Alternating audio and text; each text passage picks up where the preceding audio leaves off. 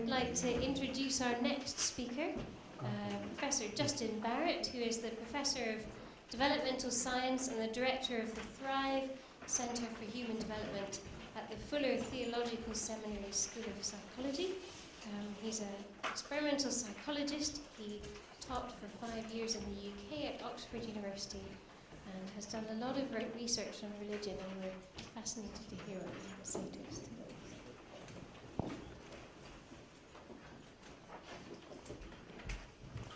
Okay, is this on? All right, great. You have a handout, I take it, so I can skip through the overview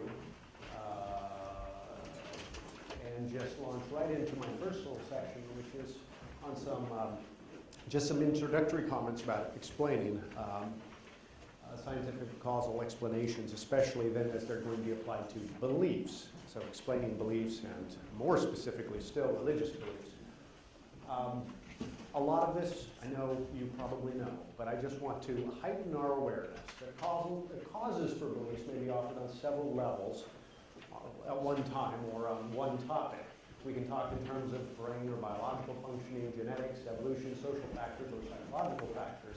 And oftentimes, in today's version of psychology, you get all of these at the same time. So, for instance, if we're wondering why is it that these two people here think that their mother in the middle loves them, which let me assure you she does, we can happen to know these people.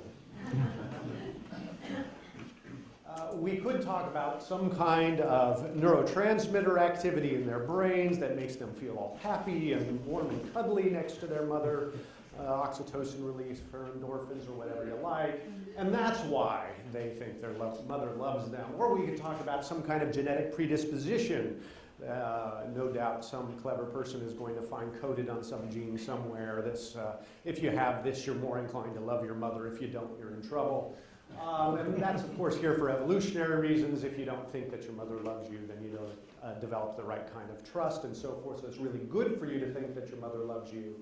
So we could give some kind of an adaptationist story, or we could talk about social factors, living in a cultural environment such that maternal love is prized and sought and sort of indoctrinated. We could talk about that and why these kids have decided that their mother loves them. Or we could talk about psychological factors like early childhood attachment and that special bonding time with the mother and the child and so forth, and that leads to them thinking their mother loves them. And of course, it's worth noting, I assume it's obvious, but for some reason I get asked this sort of thing all the time. Is it the case that once we offer one or maybe all of these kinds of explanations about why these children think their mother loves them, then they should cease in believing that their mother loves them? It's explained after all, so now I don't need to love my mother anymore. That sounds stupid, doesn't it? And yet that's exactly the parallel kind of thing that we see in the explanation of religious beliefs. That once somehow you have psychological, genetic, evolutionary, social, psychological, brain explanations of religious beliefs, then suddenly the content of those religious beliefs should be dismissed or disregarded. All right, and that's today kind of what I want to push against, and I will unpack that. But let me emphasize here, and that's why the red font, psychological explanations, indeed any scientific explanations, are always partial, preliminary, that is, they're changing, and probabilistic. They're never deterministic, never 100% of the time. Oh, I don't need to walk over there, I have it different. Okay, what would it mean to explain away something then? Because that's the fear here. Do scientific accounts of religious beliefs explain them away in some respect? Well, we could think of them explaining away in terms of reasons. For instance, a particular idea or evidence that clearly contradicts other held beliefs that are more confidently held could be an explaining away situation. So I thought that A equals C, but I'm sure that A equals B now because I have new evidence, and I also know that B does not equal C, therefore A does not equal C after all. Okay, in this case we've got some explaining away. Or we can think in terms of causes, and I am distinguishing between reasons and causes here. Causes, a cause removes or severely threatens the reasons or grounds of a belief. Okay, I thought I was at Cambridge until I discovered this belief was caused by a hallucinogen that has been given to me. That discovery, that empirical discovery, then explains away, or at least seems to, undercut my holding the belief that I really am in Cambridge. Right? So then the question before us is, are scientific explanations of these kinds, are scientific explanations these kinds of causal, explaining away explanations? Right? That's. So what's on offer here? Okay, that was just preliminaries. Let me just give you, I take it Michael Murray might have done a little bit of this work, so if I'm redundant with him, I apologize. I wasn't here to stop him from using my material. But I'll get him back by using his material, as you will see. So I'm going to just give you broad brushstrokes. What are the categories and the sorts of psychological-ish explanations of religious beliefs that are on offer? And mostly I'm talking about why it is that people believe in gods or supernatural agents. This is not a new project. This is a very old project. Okay, so two of the founders of psychology, Sigmund Freud and William James, both were interested in these kinds of problems. Freud offered us a hodgepodge of different sort of psychologized Marxist sorts of explanations for religious beliefs, usually focusing around wish fulfillment. There's some kind of psychic conflict that then is somehow resolved by postulating this cosmic deity or something like that. We need not care about the details of those right now. He didn't seem to. And but Freud's really were sort of pre-scientific, at least in terms of modern science kinds of explanations. He wasn't terribly worried about data collection and so forth. William James, his focus was more on idiosyncratic personal religious experiences, but yet he had some really helpful and interesting things to say about religious explanations. And we'll see him come back in a little bit. That project, that giving psychological accounts of why people have religious beliefs or why they have religious experiences. So thinking of thinking in terms of how can we explain religion, disappeared in psychology for the most part for at least 50 years, maybe even longer, as a main mode of inquiry. And it's only recently sort of been revived by these sort of cognitive and evolutionary sorts of approaches. And they fall into three basic categories: adaptationist approaches, byproduct approaches, and explanationist approaches. And there are, I think, the most common are actually adaptationist types of approaches. And they sort of, there's an example of how they might run. Look, if it turns out that religious people are fitter, those people who have theistic beliefs or belief in one or more gods are more fit, then whatever gene culture complex led to that belief is more likely to be propagated, right? Okay? So, and they often get unpacked this sort of way. Religious people might be more cooperative, let's say, with each other than non-religious people. Cooperation breeds better resource sharing and hence better fitness. I'm simplifying a lot here. This is a very common kind of approach to explain why it is that people might be religious. And the basic idea here gets unpacked in several different ways. So it might be the case that having belief in gods motivates certain kinds of religious practices and rituals. Those religious practices, rituals, then represent coordinated activity that we do with other people in big groups. That signals to each other our commitment to the group, our commitment to a certain kind of value system. That binds us together, makes us trust each other more, which means we can engage in more long-term reciprocal kinds of relationships. I can trust you to pay me back for me giving you something now in the future. That's good for all of us in our group. And so that group outcompetes other groups, for instance. Or it might be that if I believe in morally interested gods, then that's going to make me less likely to cheat on other people, okay?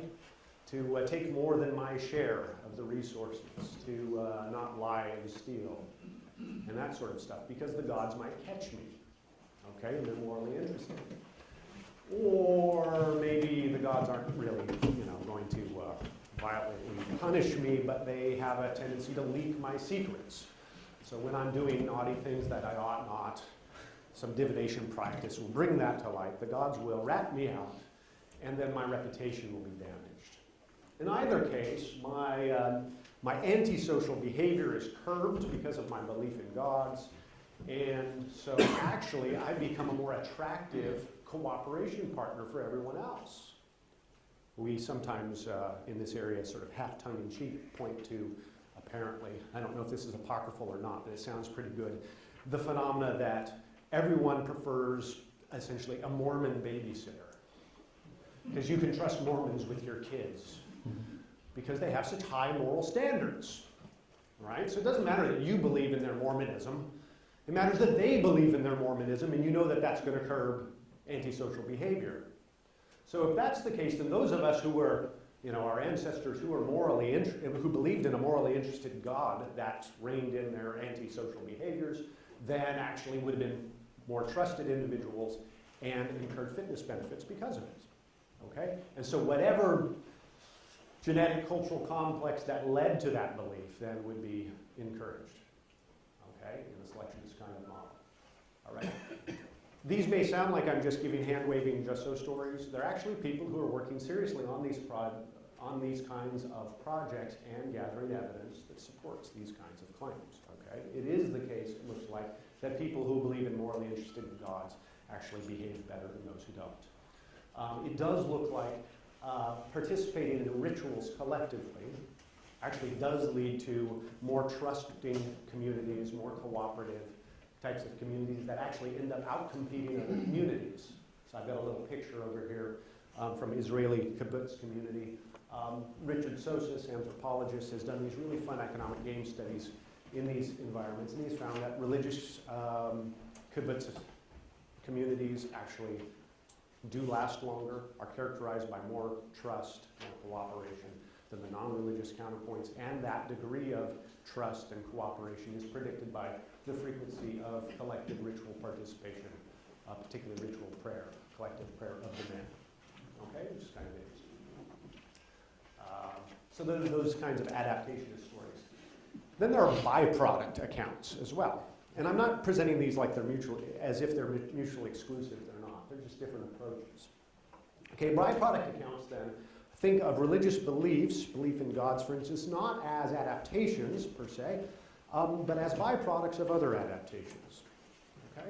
So the other evolutionary adaptations in terms of human psychology to solve other kinds of survival problems, as a byproduct, give rise to religious beliefs. So why Elizabeth Taylor up here? Because when I did an image sort of Google search for byproduct spandrel, I got a picture of Elizabeth Taylor. Why? Apparently, the biologist can tell me if this is true, the human chin is a really nice example of a byproduct, evolutionary byproduct. The selection pressures weren't for chins, they were for a certain mouth shape. But you get a chin as a byproduct, and apparently she's got a really nice chin. And she makes the slide look better. So representatively, Scott Atran here writes, religions are not adaptations, they have no evolutionary function as such. And the same kind of story could be told, say, for music as well. Here you have a form of cultural expression that arguably is not an adaptation, that is, musical people didn't have a selective advantage over non-musical people, but whatever cognitive mechanisms, whatever psychological processes give rise to music also give rise to something that really was a selective advantage. All right? So you get music for free, in a way. A couple examples of byproduct theories. One that has received a lot of attention really focuses on I've called it the agency detection system, but really it's derived from Stuart Guthrie's work on what he called anthropomorphism. So Stuart Guthrie here, anthropologist, argues that, look, it would have been a selective advantage for our ancestors to be very sensitive to the presence of intentional agents, okay, human-like creatures out there in our environment, because they represent both our greatest promise and also greatest threat to our survival and reproduction, okay? Because agents, intentional agents, these beings who can willfully, mindfully, strategically do stuff are dangerous, but they're also us. And you've got to find the other us's out there in order to reproduce successfully. And so then you could imagine error management in our cognitive systems being sensitive to the fact that a mistake in detecting an agent out there, like a tiger, would be very costly indeed. So not notice that there's a tiger stalking you, big price to be paid, your lunch, right?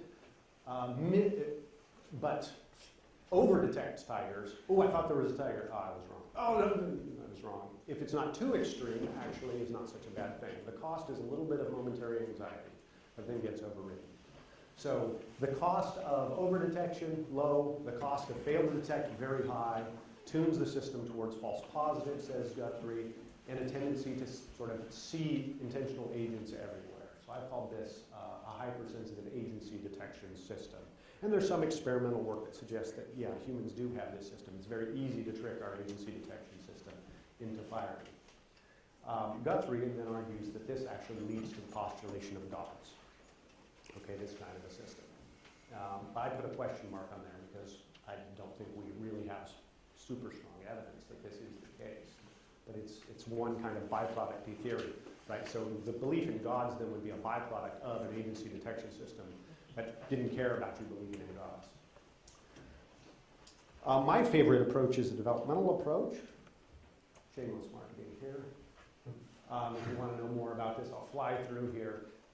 The basic thesis of this book is that humans are born with natural propensities to be receptive to the idea that there's at least one God. All right? Why is that? There are specific sub-faculties or mechanisms or psychological tendencies that seem to support belief in gods. From childhood, we have tendencies to perceive the features of the world as designed or purposeful. Okay? I say from childhood because there's evidence in early childhood, but there's also evidence that we don't necessarily outgrow it. We have to learn not to think this way. It's the developmental default. Okay, so little kids, if they see rivers are there so that people have a place to go fishing, for instance. Or why are there birds? Well, to make the trees look nice. Okay, so animals and features of the natural environment are there for a reason, or a purpose. Deb Kellerman at Boston University has considerable evidence across cultures that this is the case. But some of you who know your history of psychology will know Piaget thought something very similar. Okay? Children also readily attach that perceived design and purpose to intentional activity. If it has a purpose, someone must have purposed it. Someone is the best account of why we see that design and purpose out there. George Newman has some really interesting experimental evidence suggesting that even infants, 12, 13-month-olds, are sensitive to that idea. And Kellerman also has some evidence along this line. We also know that it's not the case, contrary to what Piaget thought, that little kids, 3, 4-year-olds, don't think people made the mountains or the rivers or monkeys or trees and so forth. Okay? By the time kids are about 3 or 4 years old, they know that people make chairs but not trees. Okay? So you need someone else, another intentional-minded being or beings to account for that perceived design and purpose out there in the world. So you can see already, this is setting kids up to be very receptive to the idea that there are creators or forest spirits who are doing activity in the world or somehow involved in ordering the natural world and bringing about certain kinds of events. Okay? And again, these seem to be our developmental defaults. That is, we have them until we learn otherwise, not we have to learn them. Okay? This just seems to be the normal way kids develop. It's also the case that we have some evidence that children readily attribute other super properties to these minded beings. That is, instead of assuming, oh, there's these, say, creator gods are mortal and sort of not very bright and have limited perceptual faculties just like a human being, they actually seem to assume everyone, all minded beings, are super knowing, super perceiving, and maybe even immortal, until I learn otherwise. Okay, do you follow me? So the starting point seems to be assume super attributes and then learn who doesn't have them, rather than assume really mundane kind of human limitations and then figure out who are the exceptions. All right? And this is mostly the work from my lab and my collaborators, with some exceptions. I wrote down here, and invisibility is okay. There is developmental evidence that by the time kids are about 5, 6 years old, roughly at least half have had imaginary friends, which is an important little thing. It shows imaginary friends is not pathological. In fact, if anything, there's reason to think that kids who don't have imaginary friends have some disabilities later or more challenges. Second, it shows that even little kids can think about agents without bodies. They don't need a physical body present to think about them.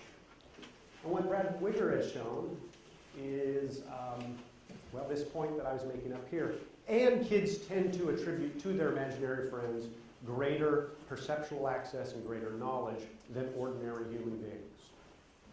Okay, which is kind of a fun discovery that he made. How do you study this kind of thing? Sensitive to the time. Okay. There are lots of little experimental tasks that we've done with kids. Here's one example that we've recently conducted with children in China and Ecuador. This is a variation of what's called a false belief task, or a surprising contents task. In these tasks, the point of a false belief task is to measure when is it that children understand that beliefs can be false, that they are representations of the world instead of a mapping of what is indeed in the world. Okay? It looks like your typical young three-year-old child seems to think that what a belief is simply what is the case in the world. Okay? So the earliest of these surprising contents tasks, actually I believe was conducted here in the UK, and it was with Smarties boxes. Okay, so Smarties, the candies. All right, so you presented children with this very familiar container and saying, what do you think is in the box? And they'd say, Smarties. And you showed that actually is inside the box was pencils. So took the Smarties out and put pencils in the box. Close the box back up. Can you see the pencils? No. What's in the box? Pencils. That's right, there are pencils in the box. What kind of box is it? Smarties. That's right, it's a Smarties box. Now, if your mom came in and saw this box for the first time, what would she think is inside the box? Okay. And if you're an adult, you would say, what? Smarties, of course you would, right? Because it's a Smarties box, that's what you would find in the box. And that's what most 5-year-olds say as well. Most 3-year-olds say pencils. Okay? And it's not just that they occasionally say pencils. The vast majority say pencils, and it's hard to persuade them otherwise. In fact, if you ask them, what did you think was in the box before I opened it? They'll say, pencils. Did you ever think there were Smarties in the box? No. You can show them a videotape of themselves having said Smarties just a few moments ago and ask them, well, why did you say there are Smarties in the box? And they will look confused and perplexed and say, I was kidding, or something like that. They get fabulous. They really don't seem to understand that there's a difference between beliefs and reality. Okay? Until, at least with any reliability, until about 4 or 5 years old. Well, we were interested if they treat human beliefs as essentially infallible, as mapping onto what they understand to be reality. Do they treat God in the same way? The old school from Jean Piaget is that children must anthropomorphize until they're about 7, 8, 9 years old. So they must treat God as the same as as a human being. Well, if that's right, then we would see the 3-year-old say that God would know that there are pencils in the box, theologically right. Then they'd be 5-year-olds saying, God would think there's Smarties in the box. And then somewhere around 8 or 9 years old, they'd go back to when they've acquired the right theological knowledge and thinking about such abstract things would say, God would realize that there are Smarties, pencils in the box. Okay? And that's not what we found. What we found is that children are capable of at all ages saying God would think there are pencils in the box. All right? Recently we amped up the task though. We made it a little more difficult.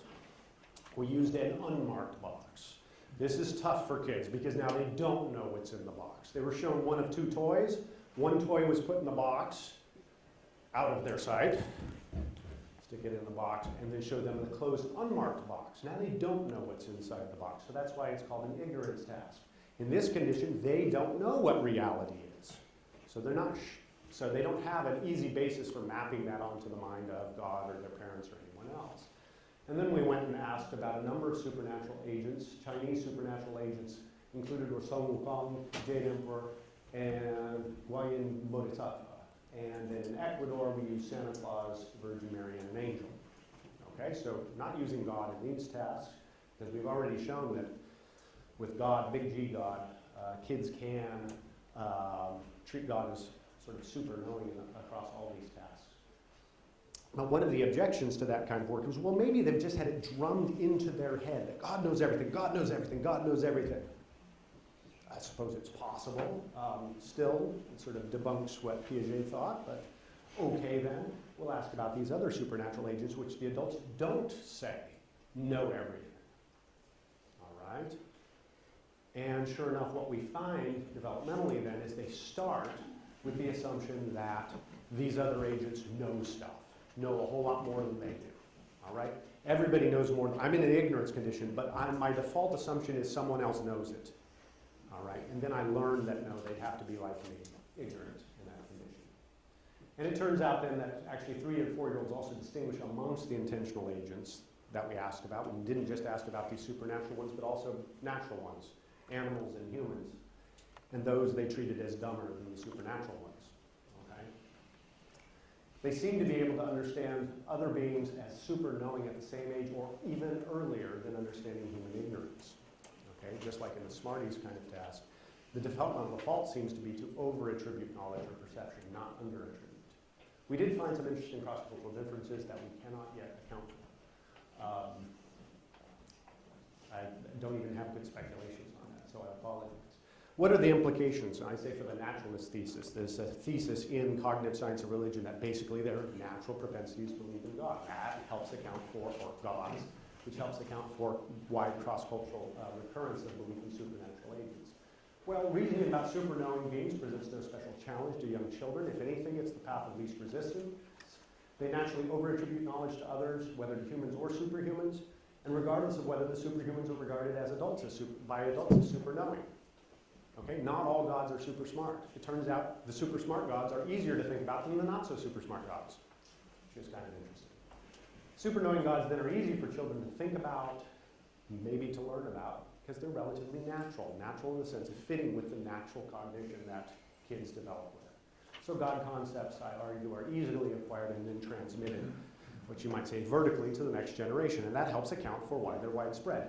None of this is talking about whether these concepts are adaptive or not. They're just free riding on the way that human minds naturally develop, okay? And in that sense, we're in the realm of a byproduct-y explanation of beliefs, okay?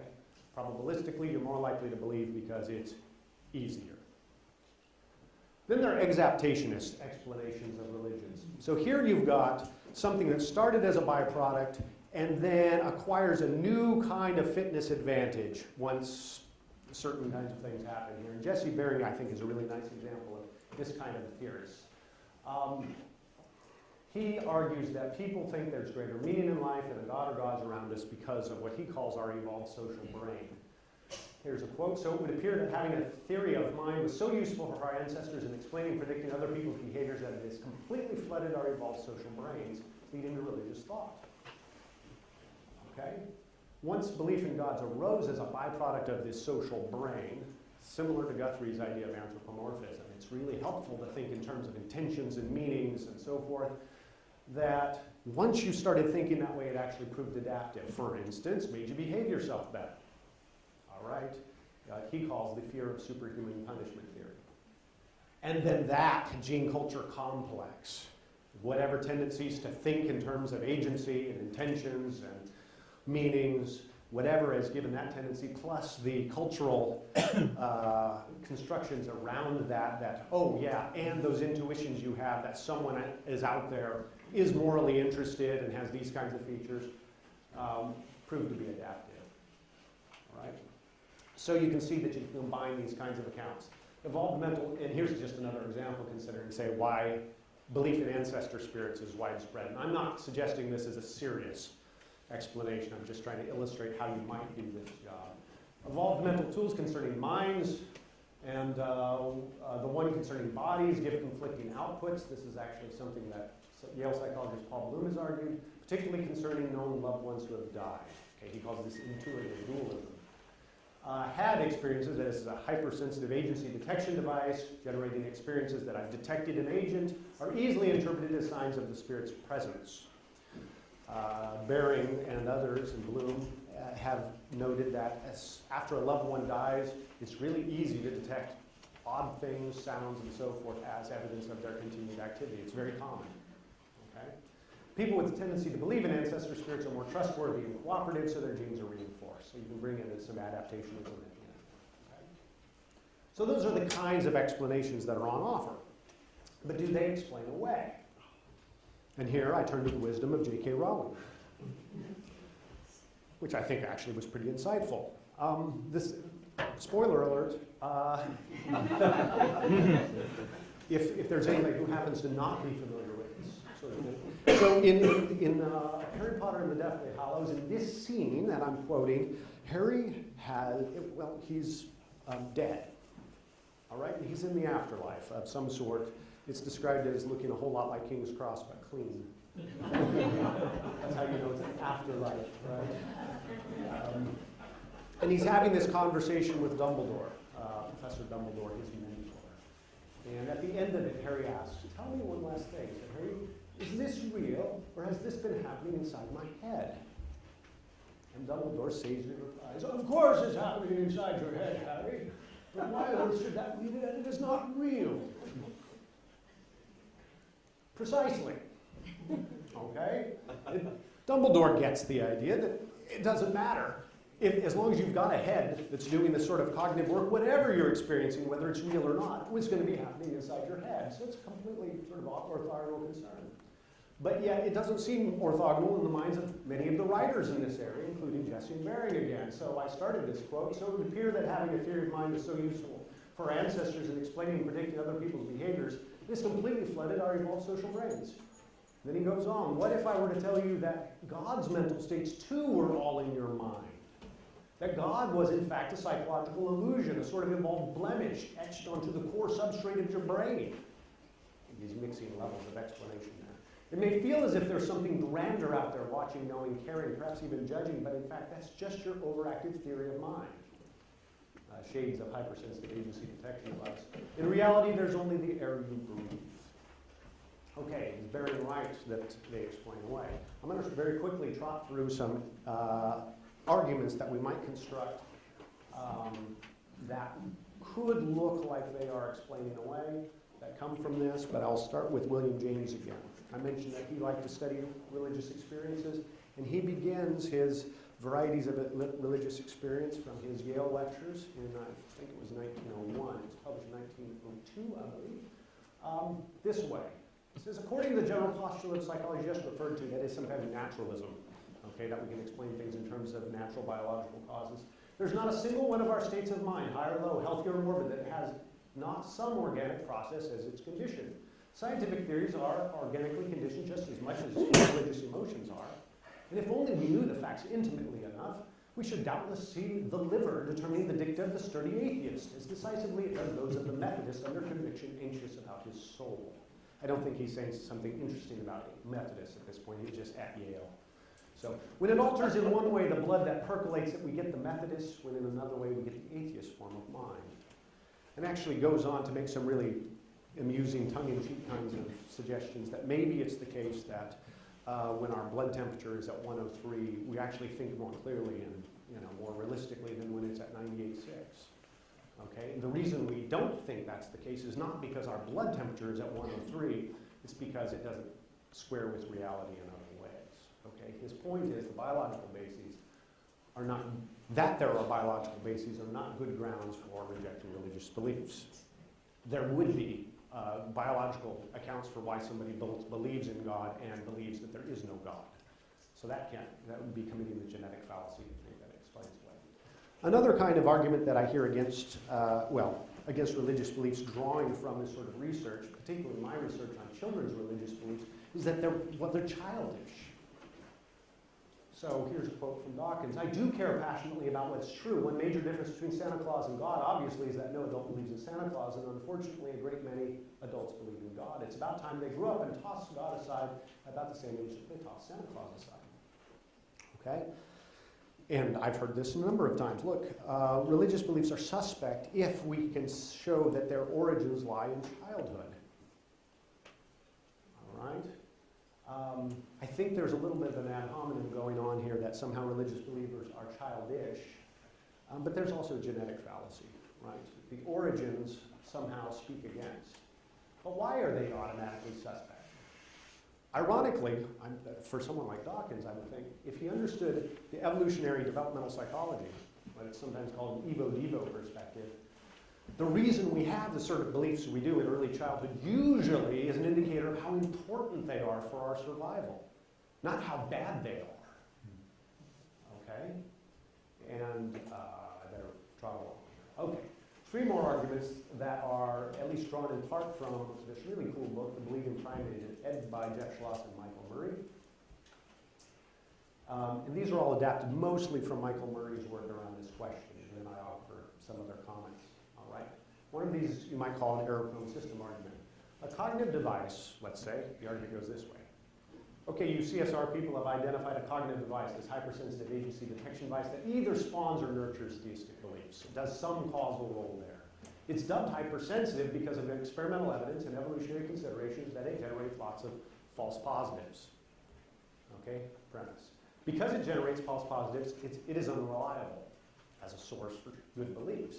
Beliefs spawned or nurtured by an unreliable mechanism are unjustified, hence theistic beliefs are unjustified. Right? Sounds pretty sensible, doesn't it? Okay. Murray's critique of this kind of an explanation. He says, look, belief-forming mechanisms, including this hypersensitive agency detection device, will vary in reliability with context. Consider your visual system. Under these contexts, we treat our visual system as relatively reliable if it's to judge things like how many people are in the room. If we were in complete darkness, it wouldn't be reliable. Okay? Or even right now, your visual system probably isn't reliable for, I don't know, identifying just how many freckles are on the back of my head.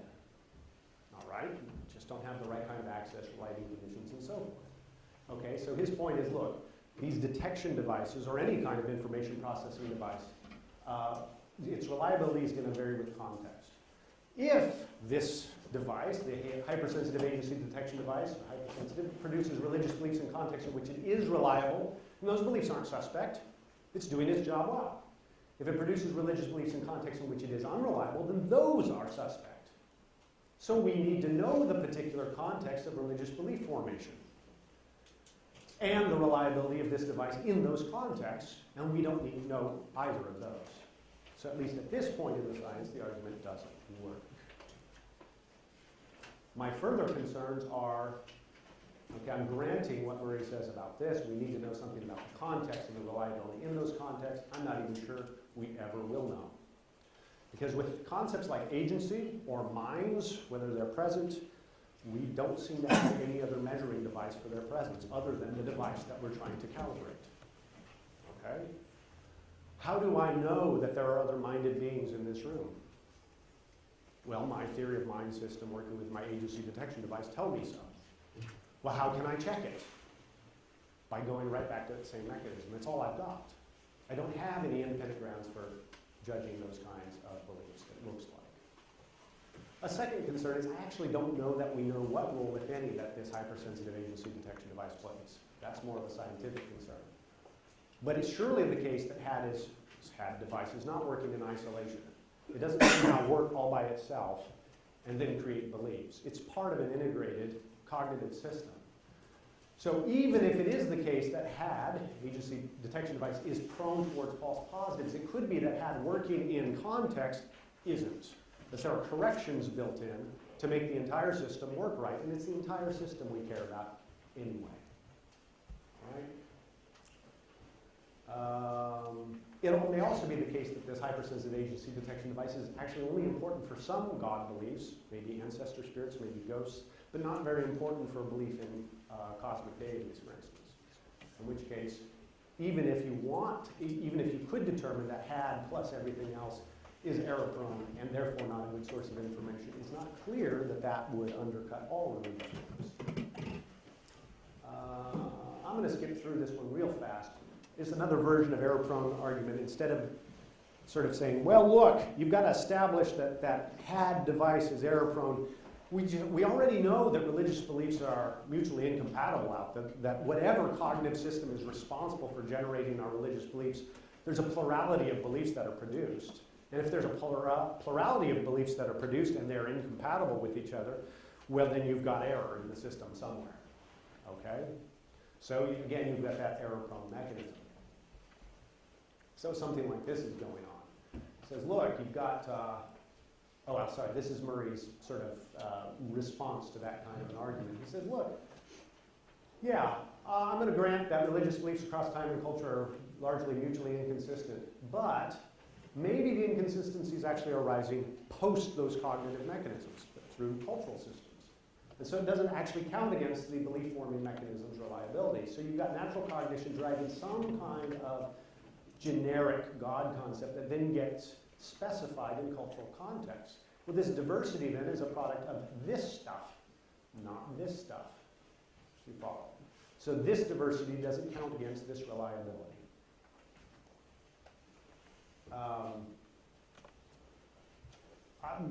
My little addition to this is even, as formulated, this argument is really broad because we might take cognitive tools to include all of our cognitive faculties, our whole mind.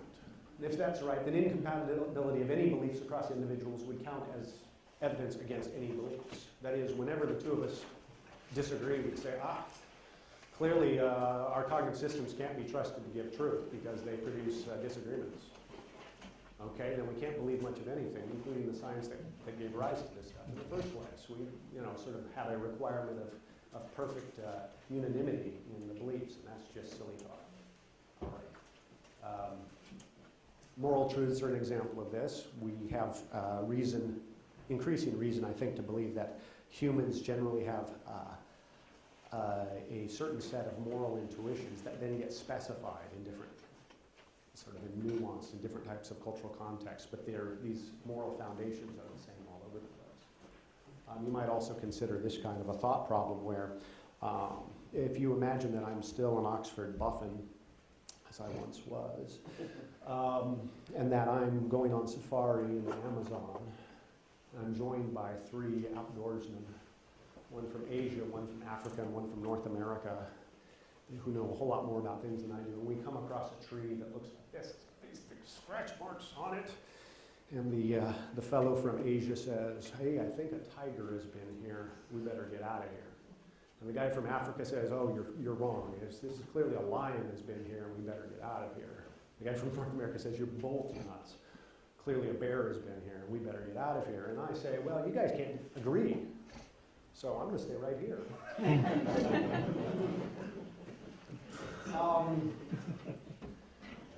A more interesting argument in some ways is what Murray calls the no causal connection argument. It says, look, cognitive psychological accounts of religion can account for the origin of religious belief in a way that makes no reference to and requires no causal connection with supernatural reality.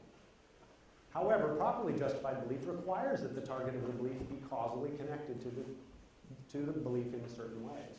Since these accounts show that none of those ways are in fact in play, the origins of religious beliefs so generated are unjustified. He's playing off of this idea for me to rightly believe that there's a chair in the room. My belief in the chair being in the room needs to be caused by there being a chair in the room, not by a pill that I took that makes me think there's a chair in the room or something like that. But the theist defender can reject the premise that beliefs in a God are not causally connected to the belief because the God is the indirect cause of the belief, not the direct cause of the belief. That is, through orchestrating the natural order to produce belief-forming faculties that produce such beliefs. So Alvin Flanagan writes, to show that there are natural processes that produce religious belief does nothing to discredit it. Perhaps God designed us in such a way that it is by virtue of those processes that we come to have knowledge of Him. I'll note, though, that that kind of answer is not available to other kinds of supernatural beliefs. Okay? So if we have a naturalistic explanation for why people believe in the afterlife, certainly we wouldn't want to argue that the afterlife was part of that causal story, even as an indirect cause. Maybe we would, I don't know, but I suspect not. Or maybe ghosts and spirits, for instance. They just aren't cosmic deities who could have orchestrated the creation of the world and the evolution of humans such that we have cognitive faculties that lead to us believing in them. Okay, so that out for the cosmic deity might not work for these others. Of course, it could also be the case, and I don't know how this ghost got so big on this screen. That worries me, because I did not make it that big.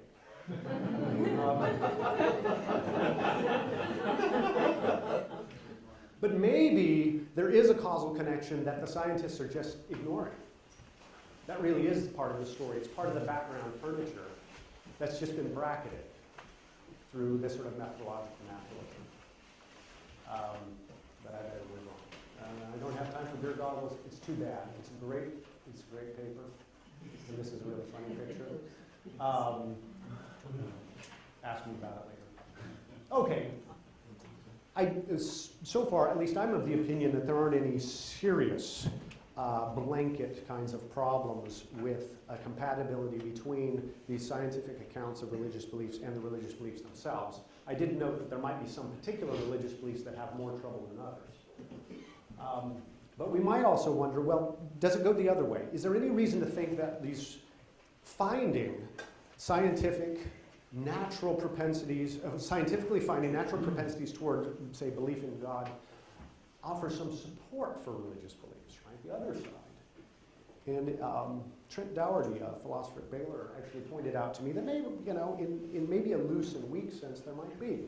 Your argument might go this way. It might be a sort of a probabilistic Bayesian sort of thing.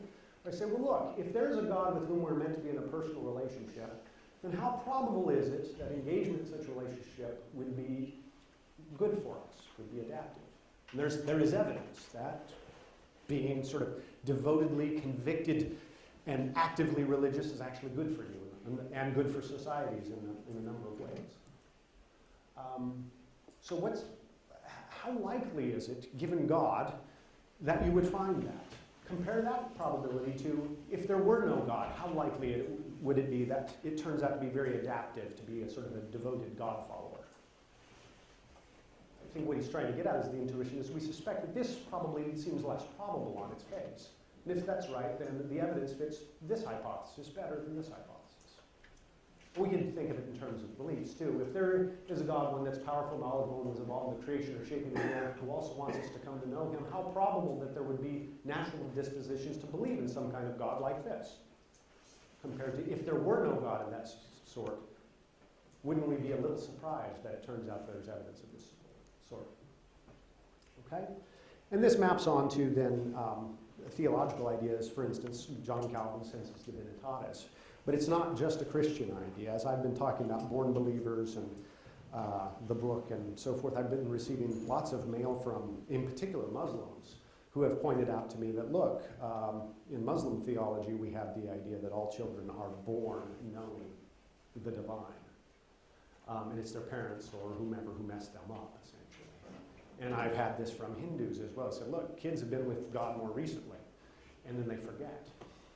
Okay, so this privileged kind of access to the divine naturally actually shows up in many different faith traditions. Whoops. Here's Calvin's take on it. There is within the human mind, this is Calvin's commentary on cognitive science and religion. There is within the human mind, and indeed by natural instinct, an awareness of divinity. We take this to be beyond controversy. God himself has implanted in all men a certain understanding of his divine majesty. Ever renewing its memory, he repeatedly sheds fresh drops. Indeed, the perversity of the impious, who, though they struggle furiously, are unable to extricate themselves from the fear of God, is abundant testimony of this conviction. Namely, that there is some God, is naturally inborn in all, and is fixed deeply within, as it were, in the very marrow. I'm not real comfortable with this nativist language, but otherwise I think Calvin's on the right track here. But it raises questions, and this is where I want to end, is with the suggestion that maybe the scientific explanation actually can feed into theological discussions in some interesting ways. Because we might wonder about, say, the sensus divinitatis or sense of the divine. Well, under what conditions is this triggered, that it yields a belief in God? What are its deliverances? That is, how specific a God concept does it deliver?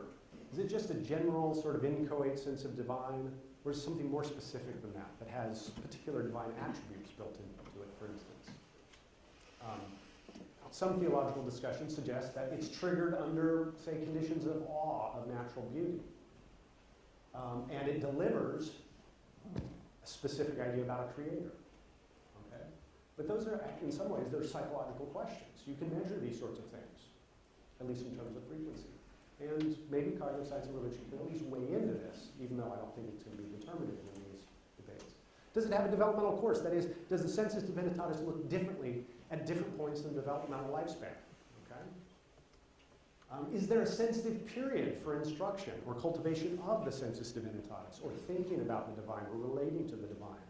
So could it be the case that actually exposure to religious concepts in the first 5 years of life is really important? That you get more bang for your buck at that early stage? Like we see with, say, language acquisition or music acquisition. Or at least in those two domains, investment early pays much greater dividends than the same investment later. Could that be true of religious education as well, given that we see that children seem to have this strong natural propensities? Can the sensus divinitatis, whatever that is, be impaired? Can I note here we could look at, say, try to at least weigh in on debates or disagreements in this area. So in a paper with Kelly James Clark, he and I wrote about how does cognitive science and religion stack up against, say, Calvin's view of sensus divinitatis versus Alvin Plantinga's view of sensus divinitatis, because the two are slightly different. We actually sort of came to the conclusion that at least this point in the science, they both sort of do all right in some areas, but not in others, which is really unfortunate. You like to be able to declare a winner. So it was a draw, I'm afraid, a 0-0 draw, and there's no shootout. So we're still waiting for that. Conclusion: psychological, scientific accounts of religious belief may pose challenges to some theological positions, I contend, but not others. Okay, I'm not trying to argue that science can never, and in any case, or science of beliefs, raise problems for religious beliefs. I've kind of left the door open for some possibilities there. But there's no automatic incompatibility or explaining away that has to be assumed, I think. On the other hand, I think sciences may in some ways supplement theological analyses to answer big questions like, is there a sensus divinitatis and what does it look like? So I thank you very much for your attention.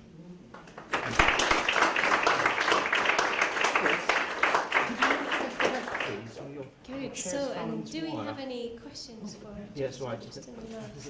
Yes. Yeah. Because of Thank you so much. Could you move your shape? Correct me if I'm wrong, but there are those Brilliant. like Thank Paul you. Bloom who argue that CSR evolutionary explanations tend to support the idea of local, individual, small, lesser gods in certain communities. And so Christians or those who are monotheists can't use CSR to, or enjoy CSR support for belief in a cosmic deity. So could you comment on that? Yeah. Look, Paul and I agree on most of the science here. And I think he's actually right in the sense that CSR, that's cognitive science of religion, has a whole lot more to say about why you might believe in, say, local spirits or ancestor spirits, that sort of thing. He puts a lot of emphasis on this idea of intuitive dualism that he's developed. Okay, so that we readily decouple minds and bodies. It's not, Descartes' fault. We think dualistically. That's just sort of the natural condition. You have to learn to do otherwise. That decoupling really happens easily upon death, and so it's really easy to generate these ideas of ancestor spirits and so forth. That hypersensitive agency detection device, if it's playing a role, it almost surely is playing a role on sort of a small-scale, local kind of thing. I think there was something out there that I detected. So I think as far as that goes, he's right. That to date, cognitive science of religion has more to say about why it is that, say, ancestor beliefs or beliefs in spirits would be common than it has to say about why cosmic deities would be common. That said, I don't think it's completely silent on that. The developmental evidence I was pointing to actually supports the idea of big creator gods who know a whole lot and are probably mortal, and doesn't necessarily have to connect those up to local deities. In terms of the sort of philosophical support, I think Paul is now of the opinion, though it was probably not true when he wrote the Believing Primate essay, but since then, I think he's come around to sort of a neutral position. He doesn't think it sort of breaks one way or the other. Any more? Yes. You spoke about how belonging to or having a religious belief could be beneficial for society or for a person individually. Is that specific to religious beliefs, or is that due to belong to a community? Good. Yeah, I ran through that real fast. That's an entire another talk. Is religion good for you? There is quite a bit of evidence now that, in particular, very regular religious participation, not just having the beliefs, but very regular religious participation has lots of what we might think of as positive correlates, pro-social kinds of correlates. Okay, so devoted religious people, we're talking about people who are going to, say, church 4 more times a month. Okay, so regular folks are more generous in terms of money and blood donation and volunteering, associated with lower crime rate, lower depression, lower anxiety, so on a personal level as well. Live longer, support higher levels of well-being. On the societal level, you even see these funny spillover effects. So there was a really interesting long-term study done in the Netherlands looking at suicide rates. And if your community had a higher proportion of religious people, then suicide rates were lower even for non-religious people living in that community. Things like that. So it does look like there's pretty good evidence. Am I capturing that? But is that more to the fact that it's not specific religiosity, but it's actual community-based thing? Oh, sorry. No, statistically, folks have factored out things like community support. It seems like there's still an extra something about it being religious participation. Now, that's not to say that there isn't some kind of natural explanation for why that is. So there's that part. The other part is this, the move to try to sort of deflate this sort of pro-social consequences and sort of pro-psychological consequences of religiosity and saying, yeah, well, it's social support. Well, if these adaptationists are right, then actually this might be our sort of most native, natural way of developing social support, or at least one of them. Okay, you follow me? And so to say, well, it's just social support, well, yeah, that's a little bit like, I don't know, saying that, well, drinking milk is good for me. Well, that's just because it gives you calcium. Yeah. Yeah, it is. But that's part of, well, it gives you sort of these high, proteins and fats. Well, yeah. But that's because my physiology is adapted in such a way to really receive it from, milk in a particular way. It's the natural way to get it. That doesn't mean there aren't ways to substitute for it.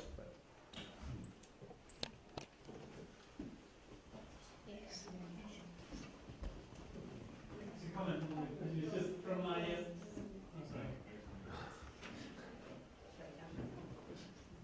It's just a comment, really, from my own clinical experience, and that is, you should be careful of, and I'm sure this is not what you're saying, but the naive assumption that religious belief, by definition, is good for you, because I have come across a whole series of mothers who come from fundamentalist religious groups who have been overwhelmed by a sense that God is punishing them because the reason they've got a premature baby, a baby with malformations, a baby who dies, a baby who has problems, it's God is punishing me for my previous misdemeanors, and this has caused enormous pain and psychological distress. So, bad religious beliefs have bad consequences.